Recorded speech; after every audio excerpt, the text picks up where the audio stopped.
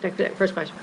Good morning, Governor. Grace Ashford with the New York Times. I'm curious whether you see a need for a conversation right now about changes to the bail laws, and if not, why? I'm very data-driven, and I'm very interested in the data that comes out. Governor, there are calls for you to talk about bail reform right now. You address the level of dangerousness and give judges more discretion. Changes were made, and I will absolutely stand behind the fundamental premise on why we needed bail reform in the first place. If reforms are needed based on data that is still being gathered. It's not just Elise Stefanik and Republicans. Even Chief Administrative Judge Lawrence Marks told lawmakers this week that he believes that judges are coming together and agreeing that they need more power.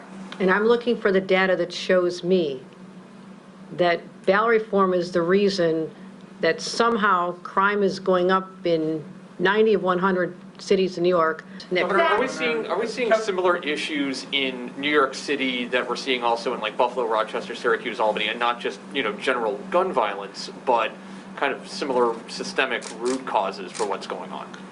The numbers that we're seeing now did not exist in 2019. This was not the top of mind issue because it was under control, and the statistics still bear out the fact that there were decades that were far worse, that we're trying to analyze right now in real time because it's still going on, of why there's been such a dramatic increase in gun violence, an 80% increase. Governor, to be clear, to what extent are you blaming illegal guns from out of state for the current surge in shootings? And what is the timeline for getting actionable findings from this new task force? Soon.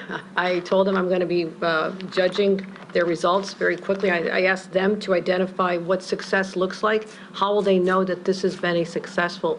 But there's been an increase, 80% increase in firearm homicides, and 75%, let me make sure you have these statistics, 80% increase in firearm homicides here in the state of New York since 2019.